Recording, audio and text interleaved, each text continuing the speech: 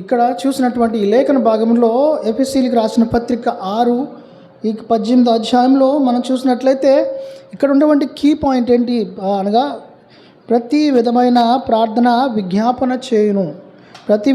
ప్రతి విధమైన ప్రార్థన విజ్ఞాపన. సో ఈరోజు మనము విజ్ఞాపన గురించిన కొన్ని అంశాలు మనం పంచుకుందాము. సో ఇక్కడ జరుగుతున్నటువంటి పరిస్థితులను బట్టి మన జీవితాల్లో దేవుడు లేఖన భాగాల్లో సెలవిచ్చిన రీతిగా విజ్ఞాపన ఆత్మను కలిగిన వారమై ముందుకు వెళ్ళాలని దేవుడు ఎంతగానో ఈ అంత్య దినాల్లో ముఖ్యముగా ఈ అంత్య దినాల్లో విజ్ఞాపన ఆత్మ కలిగిన వారమై ముందుకు వెళ్ళే వారంగా ఉండాలి. మనం ఇంతవరకు మనం ప్రార్థన చేసుకుంటా ఉన్నాం. మన కుటుంబం ఒక చిన్న ఫ్రేజ్ లాగా ఉంటుంది. ఎలా అంటే Lord bless me, my family and my church, no more nothing. అంతవరకే. ప్రభువా చాలు, నేను ఇంకేం ఇబ్బంది పెట్టను, నేను ఇంకేం బాధ పెట్టను, నాకు ఇంతవరకు చాలు ప్రభువా అని మనము అనుకుని ఉండవచ్చు. కానీ మీకు అర్థమవుతుంది నేనేం మాట్లాడుతున్నానో. ఒకే విషయాన్ని బట్టి పదే ప్రభువారు దేనికి ఒక్కడించి మాట్లాడుతున్నారు. ప్రతి ప్రాముఖ్యమైనది ఏంటనగా విజ్ఞాపన పరిచర్య అనేది ఎంత ప్రాముఖ్యమైనదో, ఎంత ప్రశస్తమైనదో, ఎంత గొప్పదో దాన్ని యేసుక్రీస్తు ప్రభువారు ఆయన జీవితంలో ప్రత్యక్షంగా చూపిస్తూ వచ్చారు. లేఖనాల్లో మనం చూసినట్లయితే ఎవరైతే ప్రవక్తలు ఉన్నారో ప్రతి ఒక్కళ్ళు కూడా వాళ్ళ దేశాన్ని గురించి వాళ్ళు ప్రార్థన చేసిన వాళ్ళే. మనం ఎవరిని తీసుకున్నా కానీ ఎవరిని ఒక్కళ్ళని మనం అనుకుంటే ఎస్తేరు ప్రార్థన చేసింది తన దేశం మీదకి తన దేశాన్ని గురించి, తన ప్రజల గురించి ప్రార్థన చేసింది. అలాగే దానియేలు ప్రార్థన చేసినాడు, అయ్యా వాళ్ళ మీద పడే ఆ శిక్ష అంతా కూడా నా మీద వెయ్యి, అంతేగాని వారిని ఏం చేయొద్దన్న రీతిగా తను చేస్తానంటే తను వాళ్ళు ఏదైతే తప్పు చేశారో ఆ తప్పు నేనే చేశానన్నంతగా తను దేవుడి దగ్గర క్షమాపణ పెడుతూ ఉన్నాడు. That is what we call intercession prayer. అదే విజ్ఞాపన పరిచర్య. నేను ఎందుకు చెప్తున్నానంటే దేవుడు మనకెందుకు ఈ అంశాన్ని తీసుకొచ్చినాడో నాకైతే తెలియదు. కానీ ఒకే ఒక మాట, ఒక చిన్న ఉదాహరణ చెప్తాను. ఒక చోట ఒక ప్రాంతంలో ఒకసారి ఒక ఆయన వచ్చి ఆ ఏరియాలో మందు తాగేసి మళ్ళీ కొన్నాళ్ళకి తన ఉద్యోగం చేసుకున్న చోటకి వెళ్ళిపోయి మళ్ళీ వచ్చి మళ్ళీ కొన్నాళ్ళు ఒక 6 months or 7 months, we don't know the time, మనకి టైం తెలియదు. కానీ ఆ టైంకి మళ్ళీ తను వచ్చేసరికి ఆ ఊరిలో ఒక్క బార్ షాప్ ఎక్కడా లేదంట. ఆ తర్వాత అక్కడ ఆయన అడిగాడు, అయ్యా నేను లిక్కర్ తీసుకోవాలనుకుంటున్నాను, నాకు ఎక్కడ కనపడలేదు ఏంటంటే ఇక్కడ ఎక్కడ కూడా మీకు కనపడదండి, ఈ ఊర్లో ఎక్కడ కూడా మీకు కనపడదు, ఒక్క బార్ షాప్ కానీ ఎక్కడా కనపడదు. అదేంటయ్యా అంటే ఒక దైవజనుడు వచ్చినాడు, తను ఇక్కడికి వచ్చినాడు, తను ఏం చెప్పాడో తను ఏమి చెప్పలేదు. కానీ తను ఉన్న ఒక్క రోజు ఒక పూట మాత్రమే ఆ ప్రాంతంలో తిరిగాడు. ఆ తర్వాత నుంచి ఈ ప్రాంతంలో ఎక్కడ కూడా బార్ షాపులు అనేవి లేవు, తీసేశారంట. ఆ దైవజనుడు చార్లెస్ వెస్లీ ఆయన. మరి ఆ ఒక్క దైవజనుడు ఆ ఒక్క ప్రాంతానికి 10 నిమిషాలు ఆ ప్రాంతానికి తిరిగితే ఆ ఊరిలో ఉన్న బార్ షాపులు వెలిగిపోతే ఇప్పుడు మన భారతదేశంలో కావచ్చు, మన ప్రకారంగా ఆంధ్రప్రదేశ్లో కావచ్చు ఎన్ని జరుగుతున్నాయి. నీతిమంతుడి ప్రార్థన బలము గలదే, శక్తి గలదనే దేవుని వాక్యం సెలవిస్తుండగా మన ప్రార్థనలు మరి ఎంతవరకు ప్రభావితం చెందుతున్నాయి? పక్కనున్న బార్ షాపు కదిలించబడుతుందా? ఎన్నెన్ని బెల్ట్ షాపులు, ఎన్నెన్ని బార్ షాపులు ఎన్ని రన్నుతున్నాయి? పాపము ఎంతగా పేటరేగిపోతూ ఉన్నది, ఎంత చీకటి అధికమవుతూ ఉన్నది. నీతిమంతుల ప్రార్థన ఎక్కడికైనది. దేవుడు చెప్తా ఉన్నాడు, ప్రతి విధమైన ప్రార్థన విజ్ఞాపన పరిచర్య కలిగిన వారమై ఉండాలని. మనం చేస్తున్నటువంటి ప్రార్థన అంత తీవ్రత చెందినదిగా ఉన్నదా? మన ప్రార్థనలో తీవ్రత కనపడుతూ ఉన్నదా? లేదా పైన నా వరకు, నా కుటుంబం కొరకు, నా సంఘం కొరకు అంతవరకు చేసుకుని దానికి 1 గంట గడిపేశాను అయిపోయిందని లెగిసి వెళ్ళిపోతున్నామా? ఎంతవరకు మన ప్రార్థనలో తీవ్రత కనబడుతూ ఉన్నది? మన ప్రార్థన పక్క వాళ్ళ జీవితాన్ని కదిలించేదిగా ఉంటుందా? అదే విజ్ఞాపన అంటే. మనం ఎవరి గురించి అయితే ప్రార్థన చేస్తామో వారి జీవితాల్లో మార్పు రావాలా, అలాగే దేశాన్ని కదిలించబడాలా. ఇక్కడ మనొకసారి లేఖన భాగాల్లో ఇంకొక వచనం మనం చూద్దాము. 1 తిమోతి రాసిన పత్రిక 2:5 అధ్యాయము. 1 తిమోతి 2:5. దేవుడు ఒక్కడే, దేవునికి నరులు మధ్య నరుడొక్కడే, ఆయనే క్రీస్తు యేసు అను నరుడు. యేసుక్రీస్తు ప్రభువారు ఆయన మనిషికిను దేవునికి మధ్య మీడియేటర్గా ఉంటూ ఏం చేస్తున్నాడు? ఆయన మధ్యలో కూర్చుని ఊరికే కూర్చున్నాడా? లేదు. ఆయన మనం చేసినటువంటి పాపములు, దోషములు, అతిక్రమల విషయమై ఆయన ప్రతి నిత్యము విజ్ఞాపన చేస్తూ ఉన్నాడు. ఇప్పటికీ కూడా ఆయన రక్తము మన కొరకు మొరపెడుతానే ఉన్నది, ప్రభువా క్షమించు. ఏబేలు కంటే శ్రేష్టమైన మాట పలుకుతా ఉంది. ఏబేలు రక్తము పగ పగ పగ, నాకు అన్యాయం జరిగింది, అనవసరంగా నేను చంపేశాడు మా అన్న అని ఓ నేల నుంచి తన రక్తం అరుపులు అరుస్తూ ఉంది. కానీ యేసుక్రీస్తు ప్రభు వారి రక్తము భూమి మీద పడినదికి ఒకే ఒక మాట, క్షమించు, నేను వీరి కొరకు నేను ప్రాణం పెట్టినాను, వీరిని క్షమించు, వీరిని క్షమించు. ప్రతి నిత్యము మనిషికి దేవుడికి మధ్య మీడియేటర్గా ఉంటూ, తండ్రికిను మనుషులకి మధ్య మీడియేటర్గా ఉంటూ తను ప్రార్థన చేస్తూ ఉన్నాడు, విజ్ఞాపన చేస్తూ ఉన్నాడు. ఏమని చేస్తున్నాడు? క్షమించు, క్షమించు. కాబట్టే మన ఆటలు సాగుతున్నాయి,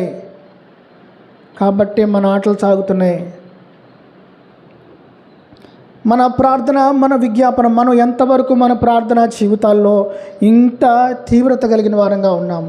యేసు ప్రభు వారే ఆయన అంత చేసిన, ఆయన మధ్యలో ఉంటూ చేస్తున్నాడు. ఇప్పుడు ఆయన పరిచర్యలో అందులో మనం పాలు పొందాలి అని ఆశ కలిగిగా ఉంటే మొట్టమొదటి చేయాల్సినది ఇదే, విజ్ఞాపన. నశించిపోతున్న ఆత్మల విషయమై, దేశాన్ని గురించినటువంటి భారం విషయమై మనము ఎంతవరకు కూడా మనం భారంతో ప్రార్థన చేస్తున్నాం? ప్రార్థన తీవ్రత లేదా? ప్రార్థన మోకాళ్ళ మీద కూర్చుంటే ఆత్మ నడిపింపు కదలట్లేదా? కొంచెం సేపు మౌనంగా ఉండి ప్రభు చేతిలో వదిలేసి మౌనంగా ఉండండి. ఆ తర్వాత మళ్ళీ మీ నడిపింపు, దేవుని ఆత్మ నడిపింపు మీరు ఖచ్చితంగా చూడగలుగుతారు. కానీ అంతవరకు అయిపోయింది, నేను ఇంతవరకు చాలు అనుకుంటే కనుక మనము ఆ స్థితికి మనం వెళ్ళాం. ఇలాగే సాధారణమైన సంఘానికి వచ్చి వెళ్ళి వెళ్తాము.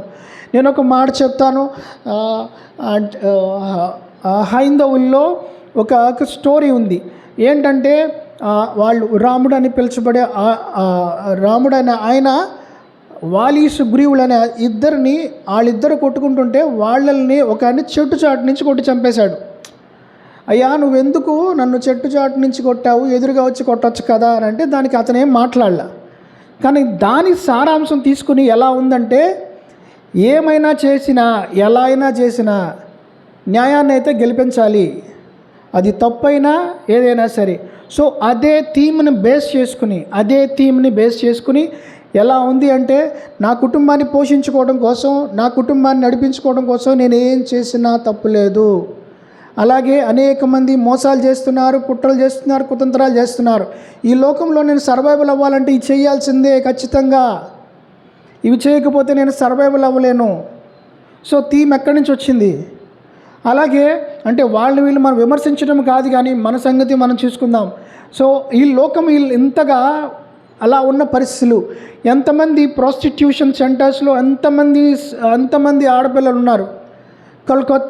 భారతదేశంలో కోల్కతా నెంబర్ 2 ఉంది, వరల్డ్ వైడ్లో number 2. The government doesn't know, they know with the legal rights they been doing that. వాళ్ళు ఖచ్చితంగా వాళ్ళ చట్టపరంగానే వాళ్ళు నడిపిస్తున్నారు ఆడపిల్లల జీవితాలు. ఎందుకంటే నా కుటుంబాన్ని పోషించుకోవాలి, ఇది తప్పో రైటో నాకు అప్రస్తుతం. సో వాళ్ళు ఎంతమంది వీళ్ళందరిని గురించి ప్రార్థించేవాళ్ళు. అలాగే పంజాబ్ పట్టణాన్ని గురించి చెప్తాను. అక్కడ పండిత రమాబాయి అనే ఒక స్త్రీ ఉండేది. ఆమె మామూలుగా మీరు లిటరేచర్ దాంట్లో మీరు గూగుల్లో కనుక సెర్చ్ చేస్తే ఆమె సాంస్క్రిట్ లిటరేచరిస్ట్ అని చెప్తారు. బట్ షీఈజ్ ఎ ఎవంజలిస్ట్ అంటే ఇంటర్సెసర్. ఆమె ఏంటంటే ఒక సువార్థికురాలు. ఆ దేశాన్ని నుంచి ఇక్కడికి వచ్చి ఇక్కడ చిన్నప్పటి నుంచి కూడా సాంస్క్రిట్ని బోధిస్తూ ఉంటుంది. ఆమె ఇక్కడికి వచ్చిన తర్వాత వేల్స్ అనగా ఎవెన్ రాబర్ట్స్ ఉన్న ఆ ప్రాంతంలో అక్కడ ఉద్యమం వచ్చిన దినాల్లో వీరు ఇక్కడి నుంచి ఒక ఉత్తరం రాశారు. అయ్యా మీ దేశంలో వచ్చిన ఉద్యమం మా భారతదేశంలో కూడా రావాలా అని మాకు సంఘం కోసం మా దేశం కోసం ప్రార్థన చేయండి అని చెప్పి ప్రార్థన చేస్తూ ఉంది. అక్కడ ప్రార్థన చేసిన అక్కడున్న దైవజనులు, ఆయన దైవజనుడు కాదు, సాధారణమైన వ్యక్తే, తను ప్రార్థన చేశాడు. అక్కడ అంటుకున్న ఉద్యమము భారతదేశానికి అంటుకున్నది. రావులపిండి అనే ఆ ప్రాంతం అంతా కూడా మండింది.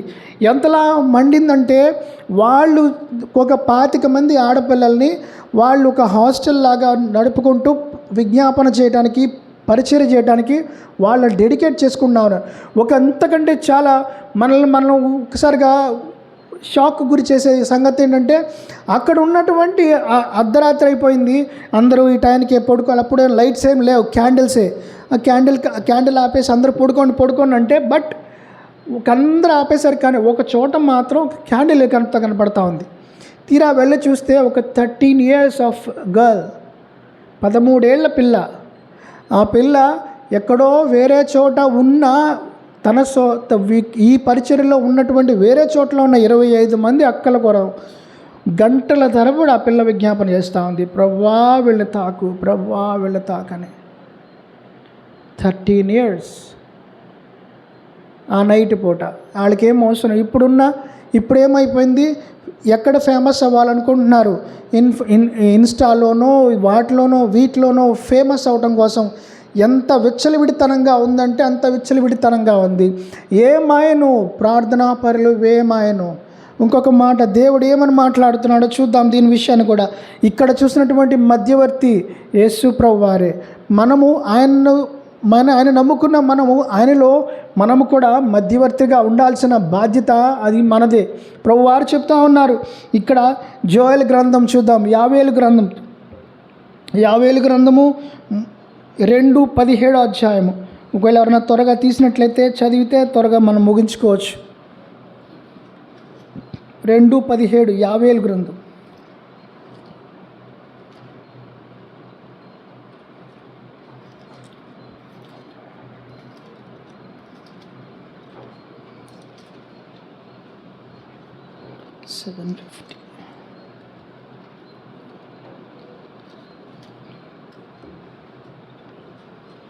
యావేలు గ్రంథము 2:17.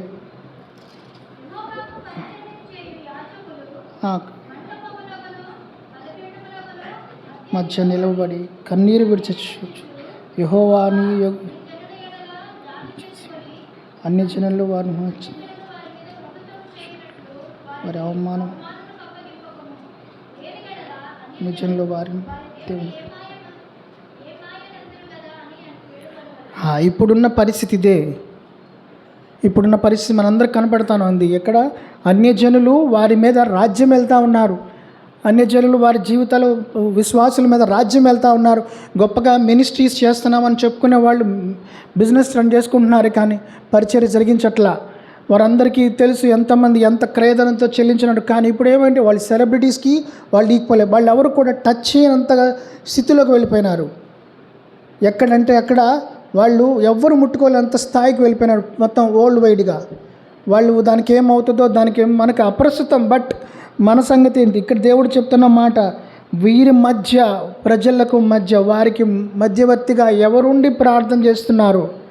ఏమాయనో రాజ్యం వెళ్తూ ఉన్నారు అన్యులు. వాళ్ళందరూ క్రైస్తవులు. దేవుడు ఏమాయనని అడిగే స్థితికి వచ్చారు. మన పరిస్థితులను బట్టి, వీటిని బట్టి ప్రభు ఏమాయను, దేవుడు ఏమాయడు అనే స్థితికి రావడానికి మనము కారణము ఎంతవరకు, మన రోల్ అనేది ఎంతవరకు ఉంది? ఆఖరిగా కీర్తన గ్రంథము 106:24 అధ్యాయం. కీర్తన గ్రంథము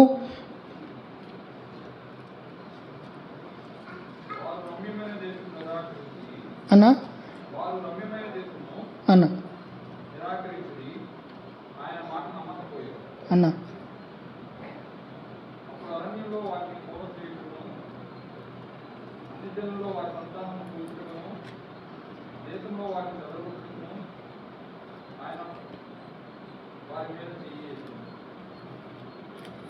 చదువునన్న.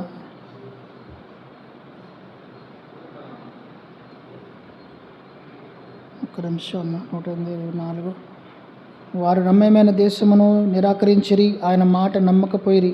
యెహోవా మాట ఆలకింపక వారు తమ గుడారములో సనుగుకొనిరి. అప్పుడు అరణ్యములో వారి కూలచేయుటకును అన్యజనులను వారి సంతానమును కూర్చుటకును దేశములో వారిని చెదరగొట్టుదును. ఆయన వారి మీద చెయ్యి ఎత్తెను, మరియు వారు ఏంటి తిన్నది పదం హద్దుకొని వారికి అర్పించక బలి మాంసాన్ని భుజించిరి. ఇప్పుడు ఉన్నటువంటి పరిస్థితులు ఇలాగే కనబడుతూ ఉన్నాయి. ఒక మాట చెప్తున్నా, ఇప్పుడు జరుగుతున్నటువంటి కుంభమేళాలు కావచ్చు, ఇవన్నీ కూడా ఇవన్నీ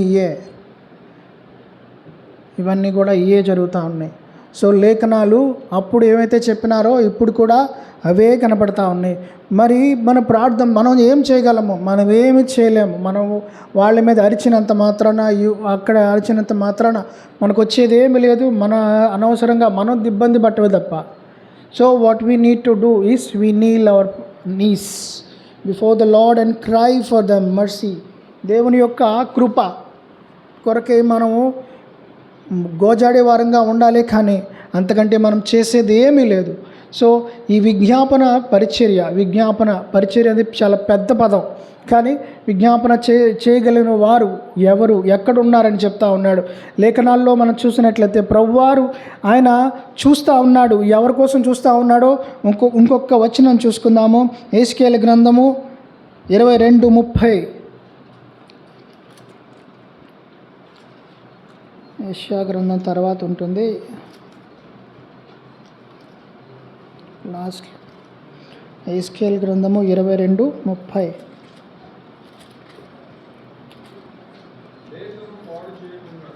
అన్న అన్న అన్న అన్న అన్న ఇంకొకసారి చదవండి అన్నది.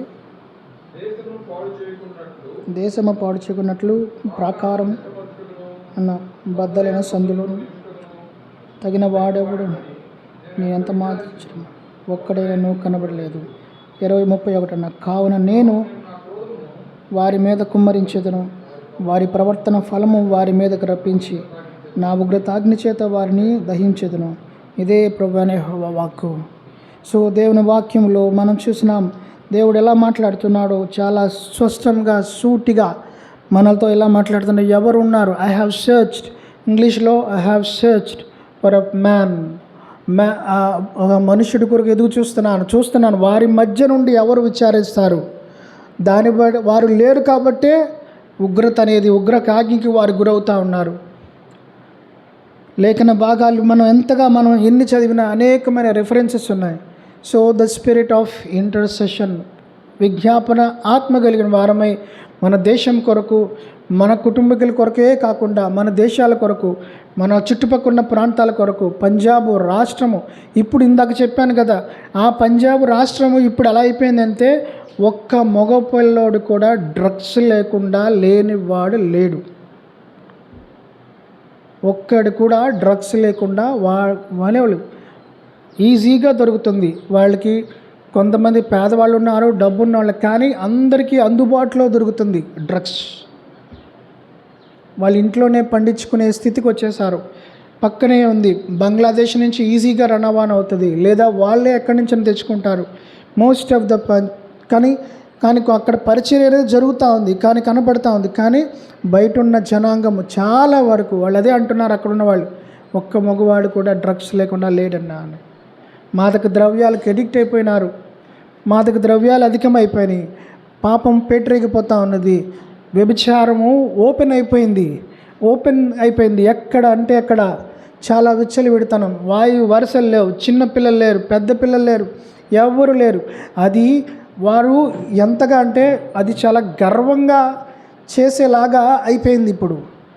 సో వీటన్నిటికీ మూలము ఇక్కడ దేవుడు మనతో మాట్లాడే యెహెజ్కేలు గ్రంథంలో చెప్పినట్లుగా వారికి మధ్య వారు ఎవరు, వాళ్ళకి వీళ్ళకి విజ్ఞాపన చేసేవాడెవడు, వాళ్ళ గురించి విజ్ఞాపన చేయవాడెవడు, నశించిపోతున్న ఆత్మల గురించి, అలాగే అనేకమైన చెడు సహవాసాల్లో ఉంటున్న యవనస్తుల గురించి ఎవరు ప్రార్థన చేస్తున్నారు? గుంపుగూడుగా ఒక్కసారిగా ప్రభువు జ్ఞాపకం చేసుకోని విడిచిపెట్టేది కాదు. ఎంతవరకు మనం విజ్ఞాపన చేస్తున్నాము, పేరున జ్ఞాపకం చేసుకుంటున్నాం. దాన్ని బట్టి 2 రకాల బెనిఫిట్స్ ఉంటాయి. ఒకటి, మన ప్రార్థన సమయాన్ని కొంచెం అధికం చేసుకోవచ్చు. సో అధికమవుతుంది, ఈజీగా అధికమవుతుంది వీళ్ళందరి గురించి చేస్తాం కాబట్టి. సో మన విజ్ఞాపన ఎంతవరకు వెళ్తుంది? ఆఖరిగా ఒక మాట చెప్పి ముగించేస్తాను. ఈ విజ్ఞాపనలు చేస్తున్నాం నాకేం వచ్చింది అని మీరేం కనుక అనుకుంటే కనుక ప్రకటన గ్రంథం చదవండి. అక్కడ అంత అయిన తర్వాత ఒక ధూపార్తిలో అగ్నిలో మంట తీసుకునే బొగ్గులు అలా దాని మీద వేయగా పొగరెగుస్తుంది, ధూపార్తి లెగుస్తుంది. అది దానికి అక్కడ రాయబడిన మాట ఏమనగా అది పరిశుద్ధుల ప్రార్థన అని. అక్కడ కనబడుతుంది ఆ మంట అనేది, అక్కడ ధూపం వెలుగుతూ ఉంది. అక్కడెక్కడ కూడా ఆ మంట చల్లారేది కాదు, ఆ ధూపం వలేక నిత్యం మండుతుంది. ఆ స్మెల్ని బట్టి యెహోవాకి ఇంపైన సువాసన ఎంత ప్లీజింగ్గా ఉంటుంది కదా. మన ప్రార్థనలు ప్రభువు విని అబ్బా అనేలాగా అన్నాడంటే, ఈ లోకంలో ఉద్యోగాలు చేస్తున్న వారు, స్కూళ్ళు చదువుకుంటున్న వారు ప్రతి ఒక్కళ్ళు ఎవరో ఒకరిని సంతోషపెట్టడానికే పాకులాడుతున్నారు. మా టీచర్నో, లేకపోతే మా టీం లీడర్నో, లేకపోతే మా మేనేజర్నో ఎవరో ఒకరిని సంతోషపెట్టాలనే దాని మీద. ఎందుకంటే ఆయన ఎప్పుడో మనతో మంచిగా ఉంటే మనకి ఇది ఇంక్రిమెంట్లో ఇదేనో చేస్తాడు, మనల్ని ఏమనకుండా ఉంటాడన్న ఒక ఉద్దేశాన్ని బట్టి. మరి వాట్ అబౌట్ దేవుని గురించి? దేవుని యొక్క కృపని, దేవుడి యొక్క కనికిరాన్ని మనం చాలా చులకనగా చూస్తున్నామా? ఎవరన్నా ఒక బ్లడ్ రిపోర్ట్ వచ్చిందంటే ఆ బ్లడ్ రిపోర్ట్ చూసి వణికిపోతున్నాం, భయపడిపోతున్నారు, రే నాకు ఇది అయిపోయిందని. దేవుడు ప్రతినిత్యము మనతో, దేవుని సంఘంతో మనం మాట్లాడుతున్నప్పుడు మనం ఎందుకు అంత భయం కలగట్లేదు?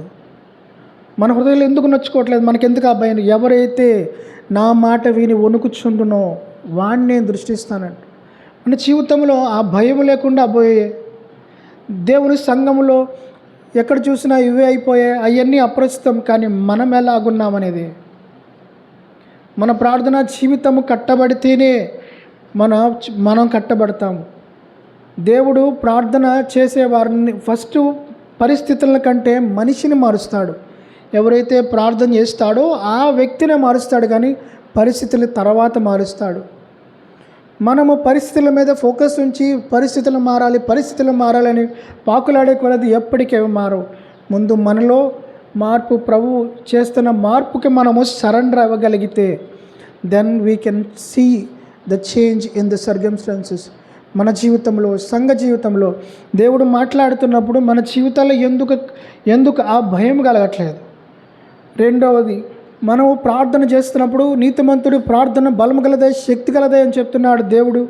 మరి మన ప్రార్థనలు అంతా శక్తిగలంగా, బలము గలగా మరి కనబడుతున్నాయా? మన దృష్టికి తక్కువగా కనపడుతున్నాయి, కానీ దేవుని దృష్టిలో ఎలా ఉన్నాయి అనేది ప్రభువే మనకి బయలుపరిస్తే ఇంకెంత బాగుంటుంది. ఈ సంవత్సరాలు గడుస్తున్న కొలది సంవత్సరం అయిపోయింది, ఈ సంవత్సరం నువ్వు ఫలించలేదు అనగానే ఒక గంట 10 నిమిషాలు ప్రభువా నేను ఈ సంవత్సరం నేను ఫలించలేకపోయాను క్షమించు అని ఆ పూటకి అయిపోయింది. నెక్స్ట్ మళ్ళీ మన యథాస్థితిలోనే మనం బ్రతుకుతున్న జీవితాలే.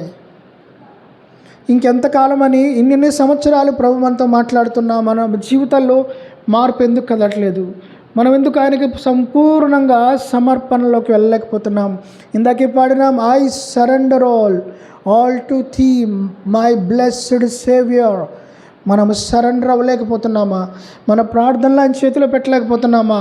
మన విజ్ఞాపన ప్రార్థన జీవితాన్ని ప్రభు చేతిలో పెట్టలేకపోతున్నాం. నాకు తెలిసిన ప్రార్థన చేయటం అని చెప్పి మోకాళ్ళ మీద కూర్చొని ఒక 2 నిమిషాలు, గంటన్నర చేసి వెళ్ళిపోయాం అంతవరకే.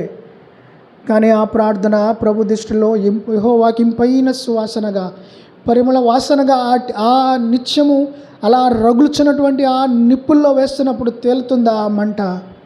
ప్రభువుకి వింపుగా ఉన్నదా? ఆ విషయాన్ని మనం గమనించుకుంటూ మన ప్రార్థనా జీవితాన్ని మనం ముందు కొనసాగబోతే ఎప్పటికీ కూడా మన ప్రభు మన ఒక దైవజనుడు చెప్పాడు, ఇంట్లో నానున్నాడు, నాన్న దగ్గరికి వెళ్ళి నాన్న నాకు డబ్బులు కావాలి, నాకు కొట్టుకెళ్ళి నేను కొనుక్కోవాలి. సరే ఆ డబ్బులు ఇచ్చాడు, అంతవరకే. మళ్ళీ ఏదైనా కావాలంటే మళ్ళీ ఆయన దగ్గరికి, అంతేగాని ఆయనతో కూర్చుని నాన్న ఏంటి సంగతి ఇలాగని ఆయనతో మాట్లాడిన వారు లేకపోతే ఏమవుతుంది? కొన్నాళ్ళకి ఆయన అలాగా ఉంటాడు, కూర్చుంటాడు, అన్నం పెడితే తింటాడు, కూర్చుంటాడు, అంతవరకే అలాగే ఉంటాడు తండ్రి అనే స్థానం. ఇప్పుడు మన జీవితాల్లో ప్రభు అయిన యేసుక్రీస్తు వారికి మనం అదే స్థానం ఇస్తున్నాం. ఆయన అక్కడ అలా కూర్చోబెట్టిన వారిగా ఉన్నాం. కానీ ప్రభువా నీతో సమయం గడపలేకపోతున్నా, ప్రభువా నీ సన్నిధిలో కూర్చున్నప్పుడు నువ్వు నాతో మాట్లాడాలి, నేను కూడా ప్రభువా నువ్వు నాతో మాట్లాడని మౌనంగా మనం ఉండలేకపోతున్నాం. ఎంతసేపు మనే నాకు ఇది కావాలి, అది కావాలి, ఇది కావాలి, ఇది కావాలి అడిగేసాం, అది ఇచ్చాడా, తీసుకున్నాడు, రైట్, వెంటనే థ్యాంక్స్ గివింగ్ ఏదో సంథింగ్ ఏదో పెట్టుకుంటాం. లేదంటే ఆరాధనలో గొప్పగా అబ్బా ప్రభువా అది ఇది ఇది అని చెప్పేసి వెళ్ళిపోతాం. But you know the heart of your father? నీ తండ్రి హృదయాన్ని ఎరిగిన వాడిగా ఉన్నావా? ఇంట్లో ఉన్న తల్లిదండ్రుల హృదయాలు, ఇంట్లో చిన్నప్పటి నుంచి పెరిగి పెద్ద అయిన తర్వాత వాళ్ళ వ్యక్తిత్వాలు అందరికీ తెలుస్తాయి. వాడంతేరా, వాడికి ఇది ఇష్టం ఉండదు, వీడి తిండు, వాడే తిండు, వీడి తిండు. ప్రభువుని గురించి మనకేం తెలుసు? ప్రభువుని గురించి మనకేం తెలుసు? ప్రభుకి ఏది ఇష్టమో మనకేం తెలుసు? వాక్యంలో కనబడతా ఉన్నాయి, కానీ అది ఏమంటాము, ఎక్స్పోజ్ అవ్వట్లేదు, రివైవ్ అవ్వట్లేదు, రెవల్యూషన్ రావటం లేదు చదువుతున్నటువంటి ఆ భాగం అనేది. అప్పుడే ప్రభు మన జీవితాల్లో, ప్రభు ఇది నాకు ఇష్టం, నీ జీవితంలో ఇది ఉంటే ఇది నీకు నష్టం అని ప్రభు చెప్పినప్పుడు మనం దాన్ని తొలగించుకోలేకపోతున్నాము. ప్రభు మనతోనే ఉంటాడు. ఒక దైవజనుడు అన్నాడు, దేవుడు నీతోనే ఉంటాడయ్యా, నువ్వు సినిమాలకు వెళ్ళు, నీతోనే ఉంటాడు, నీతోనే కూర్చుంటాడు. నువ్వు ఎక్కడికన్నా పో, నువ్వు సిగరెట్ తాగు, మందు తాగు, ఏమన్నా చెయ్యి, రక్షణ పొందేతో ప్రభు నీతోనే ఉంటాడు. నువ్వు సిగరెట్ తాగుతూ నీ పక్కనే కూర్చుంటాడు, చూసి బాధపడతా ఉంటాడు, సంధిస్తూ ఉంటాడు. కానీ వాత వేయబడినప్పుడు నీకేం తెలియకపోవచ్చు, కానీ ఆయన పక్కనే కూర్చొని బాధపడతా ఉంటాడు అంతే. నువ్వు సిగరెట్ తాగినా నీతో ఉంటాడయ్యా, నువ్వు టీవీలు చూస్తున్నా, సినిమాలు చూస్తున్నా, ఏం చూస్తున్నా సరే నీతోనే ఉంటాడు. కానీ ఆయన బాధపడతా ఉంటాడు తప్ప సంధిస్తూనే ఉంటాడు. ఎంతవరకు? ఇందాక చెప్పినాను కదా, ఒక్క బ్లడ్ రిపోర్ట్ ఏదన్నా ఒకటి తేడా పైకి కిందకి ఏదన్నా రిపోర్ట్ వస్తే వణికిపోయి ఎంత స్ట్రిక్ట్ డైట్ మెయింటైన్ చేస్తాం. డాక్టర్ తినొద్దన్నాడు, ఇది చేయొద్దన్నాడు, అది చేయొద్దన్నాడు, నాకు టయానికి పెట్టేయాలి, ఇది చేయాలి, అది చేయాలి, ఇది చేయాలి. But what about the God? What about the lord Jesus Christ who died for us, who always saying us, ప్రతి నిత్యం మన సంధిస్తున్న ప్రభు, నాన్న ఇది తీసేసుకో అని చెప్తుండగా మన జీవితాల్లో ఎందుకు కనబడట్లేదు? ప్రభుకిచ్చిన స్థానం ఏది? విజ్ఞాపన ఎంతవరకు మనం చేస్తున్నాం? ప్రభుకి ఇచ్చే స్థానం అంటే ప్రభువు నిలబడిన చోటు మనం ఉంటాం. I turn to the lord Jesus Christ. దేవుని వైపు తిరిగంటే లోకానికి, శరీరానికి, పాపానికి వీపును చూపించి ప్రభువారికి మన ముఖాన్ని చూపించడం అని అర్థము. ఎంతవరకు మనం ఉన్నాం? లేదా పీతవలే ఉన్నామా? ఇలాగే నుంచుని అటు ఇటు అలాగే ఉన్నాం. ప్రభువుకి ఎంతవరకు స్థానం ఇస్తున్నాం? ఎంతవరకు చేస్తున్నాం? ఇంకెన్ని వర్తమానాలు వింటాం? ఇంకెన్ని సంవత్సరాలు వర్తమానాలు వింటాం? మన జీవితాల్లో కదలటం కోసం ప్రభు నేను ఎందుకు మారలేకపోతున్నా? నా బ్రతుకులో ఎందుకు మార్పు రావట్లేదు? నా హృదయం ఎందుకు ఇంకా చెడ్డ ఆలోచనలే కలుగుతూ ఉన్నాయి? నేను నా హృదయాన్ని బట్టి, నా పరిస్థితిని బట్టి నన్ను చూసి ఒక్క ఆత్మైన అన్నా మీరు జీవిస్తున్న జీవితం బాగుందన్నా, అన్న మీరు ఎక్కడికి వెళ్తారన్నా, అన్న మీరు మీతో మాట్లాడాలన్నా అని మాట్లాడిన వారు ఎవరు ఉన్నారా మనతో? ఇంకెన్ని వర్తమానాలు వింటాం మనం? ఎక్కడ చూసినా విస్తారముగా పంట ఉంది. ఒక్క మాట చెప్పి ముగించేస్తాను. పైనుండి మన్నా కురిసింది. ఆ మన్నా ఈరోజు తిని రేపొద్దునకి పాడైపోతూ ఉంది. ఏ రోజు ఆ రోజు వరకే కూర్చుకోవటము, ఆ పూటకి తింటాము, లేదా దాస్తే కనుక అది పాడైపోతుంది. మరి ఇదే మన్నా మందసములో 40 సంవత్సరాలు ప్రయాణించింది, మరి పాడైపోలేదే. Because there is the presence of the God. దేవుని సన్నిధి ఉంటా ఉన్నది అక్కడ. అందు నిమిత్తమే ఆ మందసములో ఉన్న మన్నా పాడైపోలేదు. మరి 40 సంవత్సరాలు వీళ్ళు ప్రయాణం చేశారు. 40 సంవత్సరాలు అక్కడి నుంచి ఆకాశం కురుస్తూ ఉంది. రేపు పొద్దునికల్లా పాడైపోతుంది. సేమ్ మన్నా ఇప్పుడు మన జీవితంలో దేవుని వాక్యము మనకి రోజుకి ఇవ్వబడుతుంది. అది ఫ్రెష్గా లేదు, ఫ్రెష్గా అనిపించట్లేదు. ఒక్క మాట దేవుడు ప్రభువును రక్షించుకున్నాడు, సిలువలో మన కోసం ప్రాణం పెట్టినాడు అని ఎంతవరకు ఇప్పుడు కూడా మనం తలుచుకుంటే మనకు కన్నీళ్ళు వస్తాయి. రావు, ఖచ్చితంగా రావు. ఎందుకు? అవి అలవాటైపోయినాయి కాబట్టి. ఆ మన్నా మన జీవితంలో పాతబడిపోయింది, అది దేవుని సన్నిధిలో లేదు కాబట్టి మనలో కన్నీరు రాదు. చనిపోయాడయ్యా ఏంటి అంటే అంత సులభమా? అంత సులభము. ప్రభు రక్తం కార్చబడి, ప్రభు రక్తం, ప్రభు ప్రాణం, ప్రభు సిలువలో పెట్టిన ప్రాణము, సిలువ, అవన్నీ కూడా అంత సులభమైన విషయాలా? కానీ చాలా లైట్గా అయిపోయినాయి, అన్నీ కూడా లైట్గా అయిపోయినాయి. కారణము విజ్ఞాపన చేయవారు ప్రార్థన చేయని కారణము చేతనే, ప్రార్థించేవారు మోకరించలేని కారణము చేతనే, ప్రభు సన్నిధిలో గడపలేని కారణము చేతనే. ఇంకా మనం వెనకబడి ఉంటే, ప్రార్థన చేస్తున్నాము కానీ ప్రభు ఆ ప్రార్థనలో ఆ తీవ్రత ఉండట్లేదు, పట్టుదల ఉండట్లేదు, జారిపోతున్నాను, వదిలేస్తున్నాను, మధ్య మధ్యలో ఆ గ్రిప్ వదిలేస్తున్నా. యుద్ధం చేసేవాడు కత్తి కింద పడేసాడంటే దానికి అర్థం ఏంటి? శత్రువుకి సరెండర్ అయిపోయినట్టే కదా అర్థం. కత్తి కింద పడేశారు కాబట్టే శత్రువు మన మీద విజృంభిస్తున్నాడు, దాడి చేస్తున్నాడు. ఏం చేయలేకపోతున్నాం, డిఫెన్స్ లేదు, ప్రొటెక్షన్ లేదు, ఏమి లేదు, దాడి జరుగుతుంది, నిశ్చారంగా ఉంటున్నాం. ఎరికో గోడలు కూల్చబడిన దేవుడు ఇప్పుడు జరుగుతున్నటువంటిది బయట నుంచి జరగట్లేదు, అంతరంగంలో జరుగుతూ ఉంది. అంతరంగంలో జొరబడిన తర్వాత మొత్తాన్ని కూడా నాశనం చేస్తారు. నేను ఇంతకుముందు మేము ఒక గేమ్ ఆడేవాళ్ళము, ఏజ్ ఆఫ్ ఎంపైర్స్ అని. 90s ఆ టైంలో మీకు వాళ్ళకి బాగా తెలిసే ఉంటుంది. ఏజ్ ఆఫ్ ఎంపైర్స్ అని ఒక చాలా మంచి వీడియో గేమ్ అది. దాంట్లో ఏంటంటే నలుగురు ఒక చిన్న బటన్ని ఇస్తారు, ఒక పనివాడిని ఇస్తారు. ఆట అంతే, ఊరికే ఇక్కడ క్లిక్ చేసి అక్కడికి వెళ్తాడు వాడు. అక్కడున్న పొలాల దగ్గరికి వెళ్ళి పొలం పని చేయించుకుని కొంచెం డబ్బులు సంపాదించిన తర్వాత రాజ్యాన్ని కట్టుకుని ఇలా అంతా అయిన తర్వాత ఒక రాజ్యం మీదకి వెళ్ళాలి. ఇవన్నీ జరగటానికి ఎంత సమయం పడుతూ ఉంది, ఇవన్నీ జరుగుతూ ఉన్నాయి. నేను చెప్తున్న మాట ఏంటనగా, మన ఆత్మీయ జీవితాలు, మన ప్రార్థనా జీవితాలు, మన సంఘానికి వచ్చే జీవితాలు, మనం బైబిల్ చదివేది ప్రతీది కూడా ఆచారముగా అయిపోయినాయి, పైన తేటలాగా అయిపోయినాయి. దేవుని వాక్యాలు మనతో మాట్లాడుతున్నప్పుడు మనల్ని గుచ్చబట్టలేదు. గతం ఉన్నటువంటి ఆ మాటలు మన జీవితాల్లో మండించబట్టలేదు. కారణము ప్రార్థన లేమి, విజ్ఞాపన లేని, ఒకరి గురించి ఒకరు ప్రార్థన చేసుకోలేని స్థితి. సంఘం కోసం, దేశం కోసం, రాజ్యం కోసం ఊరికే నామకార్థంగా చేయటం కాదు, కానీ ప్రభువా నాకు భారం ఇవ్వు, ప్రభువా నాకు కూడా దేనో దాని గురించి భారం ఇవ్వు. ఏదో ఒక్క విషయాన్ని బట్టి మీరు ప్రార్థన చేయగా ఖచ్చితంగా మీకు ఏదో ఒక్క అంశాన్ని గురించి మీకు భయంకరంగా పట్టుదల ఇస్తాడు, ఆ భారం ఇస్తాడు. మీరు ప్రార్థన చేస్తున్నప్పుడు మీకు తెలియకుండా విపరీతంగా ఏడుస్తారు, కన్నీటితో ఏడుస్తారు, ఏడ్చి ప్రార్థన చేస్తారు. ఆ విషయాన్ని బట్టి ప్రభు అటువంటి విజ్ఞాపన, అటువంటి గనక భారం గనక సంఘాన్ని గురించి మనకి ఇచ్చినట్లయితే ఇవన్నీ జస్ట్ నార్మల్ థింగ్. ఇవన్నీ ఇప్పుడు జరిగే కంటికి కనబడేవన్నీ కూడా టెంపరీనే అని దేవుని వాక్యంలో. కంటికి కనపడే ప్రతిదీ కూడా టెంపరీనే.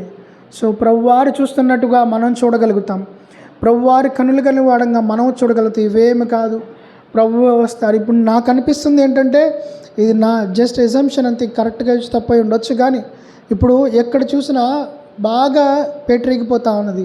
ఇవన్నీ ఇంకా ఇంకా ఇంకా ఇంకా విస్తరించబడుతుంది, అలాగే జరుగుతూ ఉంటుంది. ఇక్కడ దీనికే మార్పు జరగవచ్చు, జరగకపోవచ్చు. సువార్త అయితే ప్రకటించబడుతుంది, సువార్త అయితే జరుగుతూ ఉంది, ఇవన్నీ జరుగుతాయి. అంత అయిపోద్ది, మెల్లంగా ఇలాగే వెత్తబడిపోతారు. ఇక్కడ ఇట్లాగే ఉంటాయి, వీళ్ళు ఇట్లాగే కొట్టుకుంటారు,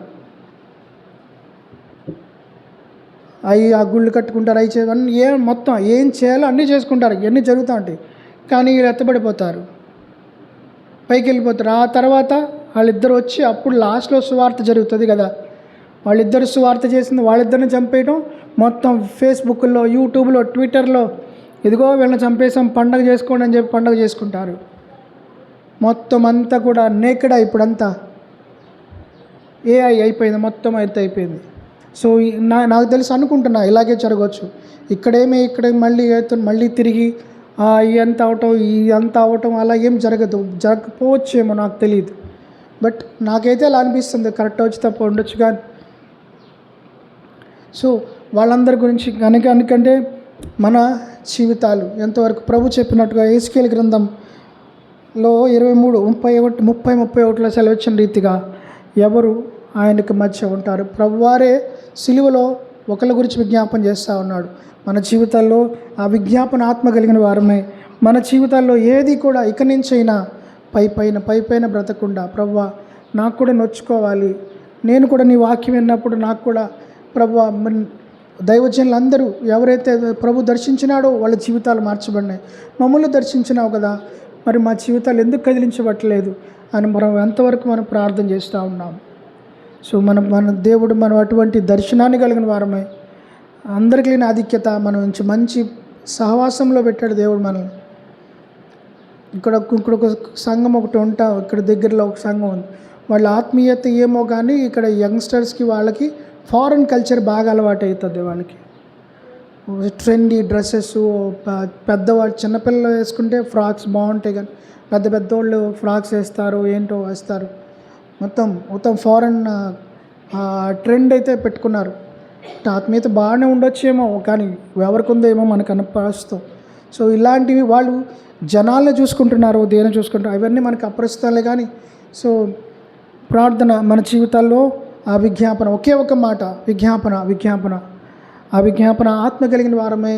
ప్రభు మనల్ని మళ్ళొక్కసారి సంధించి ఎక్కడైతే మన పశ్చాత్తాపడినామో ఆ స్థితికి, అక్కడికి మళ్ళీ మరొకసారి ప్రభు మనల్ని తీసుకెళ్ళాలా, సిలువ దగ్గరికి మళ్ళీ ప్రభు దగ్గర తీసుకెళ్ళాలా, ప్రభు మనల్ని తీసుకెళ్ళాలి. అక్కడ తీసుకెళ్ళినప్పుడే మనం కన్నీరు కారుస్తాం, ప్రభు నా పాపములు ఇయ్యి అని.